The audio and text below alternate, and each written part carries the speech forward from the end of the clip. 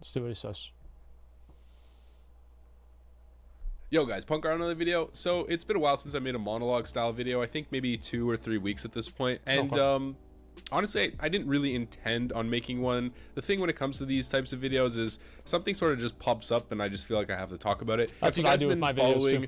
I guess the sentiment within the community, there's been a lot of discontent, a lot of people voicing their opinions when it comes to the release of Phase 2 and how it's affected the game. And this is definitely something that I wanted to talk about. I don't necessarily have a really stern opinion when it comes to this. I'm kind of neutral. I understand both perspectives, and that's pretty much what I want to talk about here. I want to talk about both perspectives, where people are coming from, and most importantly, the main reason why I'm making this video is because I want to know what you guys think in the comment section. So generally when I make a video like this, I get way more comments than just a normal guide video or something like that. Everybody's got an opinion. I find it pretty interesting when we can gather almost like a community census in a certain way, or like my YouTube channel community census, and I think that's really interesting. It's awesome to read on my way to work, and it just gives me an idea of how you guys are feeling out there. So I'm not really coming with any spicy takes on this one. I do understand both perspectives, and that's kind of why I feel a little bit neutral, and I have some little things that I want to talk about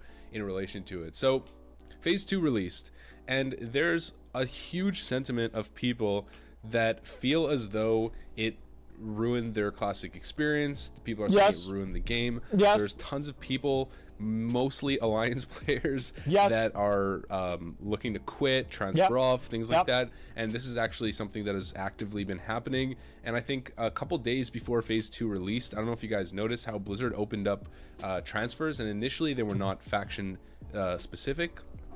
I think on some servers they did eventually make them faction specific. Maybe correct me if I'm wrong, but there was a trend of people transferring off specific servers and creating a faction imbalance, or further exacerbating a faction imbalance.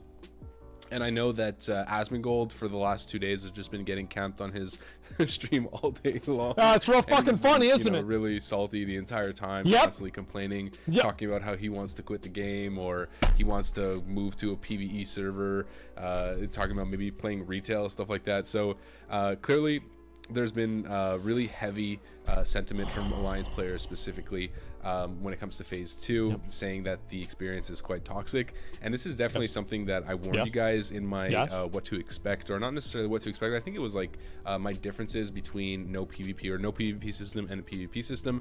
And most of the things that I said, I'd say were pretty accurate, namely the one talking about flight points being camped. And I'd say this is something that mostly Alliance players are experiencing. I have some friends at work and some friends in general that are playing on Horde side, and they have been camped at flight points whatsoever. But as an Alliance player, my first experience coming into Phase 2 was dying at pretty much every single flight master that I landed at.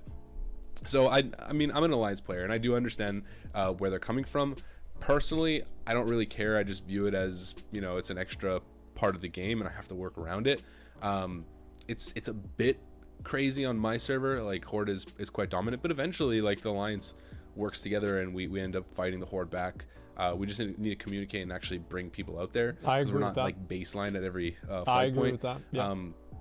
So personally, it doesn't really bother me that much, but I do understand how it could really get on some people's nerves. And I tend to view the game from my perspective, which I'd say is more of like a hardcore perspective. And you know, on this channel, I've tended in the past to not necessarily be so open when it comes to catering to casual players, but at the same time, I think that there has to be, you know, a middle ground.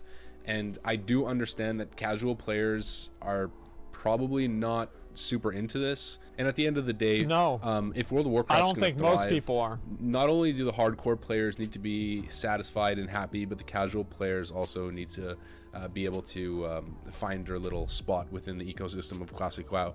And right now I feel as though that's not necessarily the case for a lot of people. Leveling alts on Alliance side has pretty much become borderline impossible. Not impossible, but just very difficult. You're constantly dying. Every time you land at a flight master, you might die a couple times just trying to like get away from the flight master. That's definitely a thing. It's crazy. So the experience has become really tough for some people to deal with. Now it seems, I think this was pretty much expected as well. And let's say we do go into TBC, it's probably going to be the exact same thing.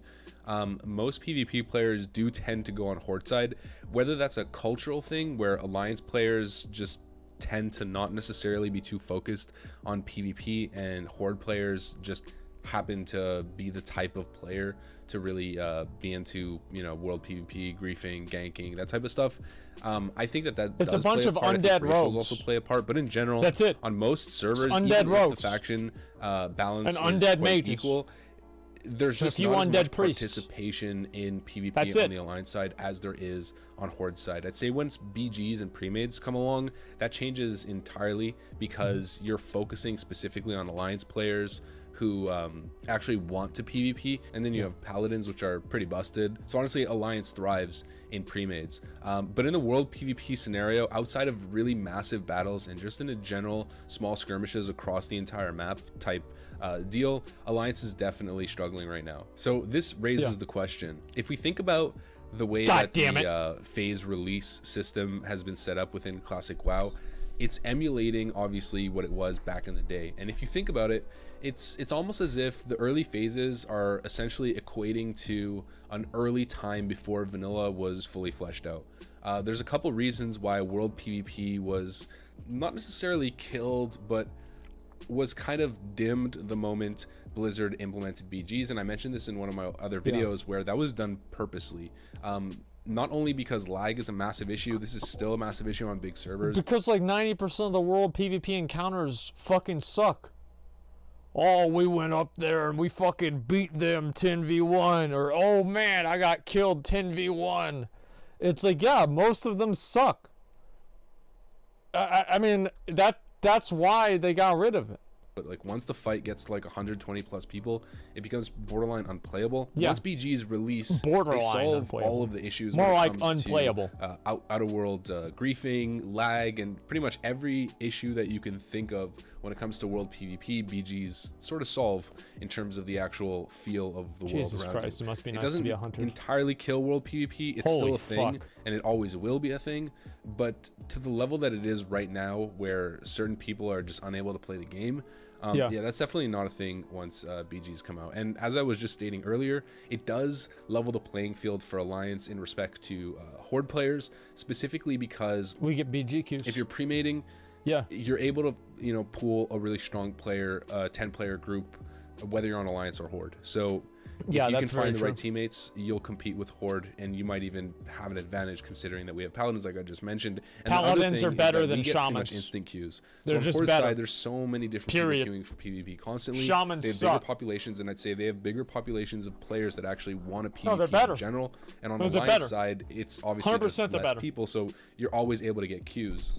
So right now in phase 2, Alliance people might be crying, but in the next couple of months, it's gonna get, you know, you're gonna be happy. Okay, all right. Everybody's like, no,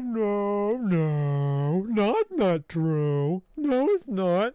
Oh yeah, of course. Being able to give somebody fucking immunity to physical damage, and be able to just make yourself immune so you can just spam heals, and they can't do a fucking thing about it for 8 seconds. Oh yeah, that's not overpowered at all. That you rolled Alliance. So really the question is, does Blizzard bend over to the people that are discontent right now with the current state of phase 2 and push out phase 3, or at least push out BGs before Blackwing Lair, or do they ignore those cries and give a couple months here of brutal Horde domination on pretty much every single server? Alliance players have to suck it up and then just wait for the next phase. They're gonna quit. From my perspective, I would say suck it up as an Alliance player, and honestly, even if you want to take a break from the game, take a break from the game. Yeah, and they'll once quit, phase man. 3 comes around, it's going to be a completely different standard of living for you. But at the same time, you know, I think this was something that really I was worried about. All right, so Yeah. when it comes to vanilla, I was obviously probably one of the biggest advocates for Classic WoW, and I still am, obviously. But you've probably heard me mention many times that I think the Burning Crusade is probably the best World of Warcraft experience outside of the social dynamic, outside of the world battling dynamic. Like there's specific elements that are missing, I'd say, in TBC, but as an overall experience, especially for everybody, TBC is I'd really say the good. Burning Let's be Crusade real. is probably the best World of Warcraft experience in my humble opinion. Okay. And I knew that vanilla was going to appeal to a specific player, absolutely, and I am one of those players. But I did also know that on the other side that it would deter some people, and it might be its own worst enemy in a certain way, where some people sort of give up on it, where they're just like, this is too tedious, like 30 freaking Dreamfoil for a flask and a Black Lotus, like screw this game, with the world PvP element, the leveling elements, like there's specific little things in Classic that just appeal to one type of player and almost neglect another. Now, I've also made videos in the past talking about how Classic is casual friendly, and I still do believe that, although I'd say less so now in Phase 2, considering that the entire world is a war zone. But the Burning Crusade, I say, is the best element of that. And basically what I'm getting at here is that I think Phase 3 is probably a little bit closer to that TBC style experience, just for the fact that there's more things to do at endgame with the introduction of BGs. I know the sentiment is that maybe Blizzard's blasting through these phases a little bit too fast, and I think if we were to just speed through Phase 2 and go right into Phase 3 once again, just skipping, or maybe then bringing in Phase 2.5, right, where they bring in BGs, is that going to make people even more angry in respect to this notion? Like, is it the right decision? Is it going to hurt the Horde players who are having an absolute blast right now? Is it going to hurt the hardcore players who think, well, if you can't take it, then go find another game or stop crying, blah blah blah? There's always a different perspective, right? Or is it the right business decision for the longevity and the health of the game to sort of find a middle ground so that everyone can actually enjoy the game? Because if you think about it, like, I think even how long do you guys think the Horde BG queues are going to be? How long do you guys think they're going to be? 30 minutes, 2 hours. If it's 1 hour, I think that'd be fucking hilarious.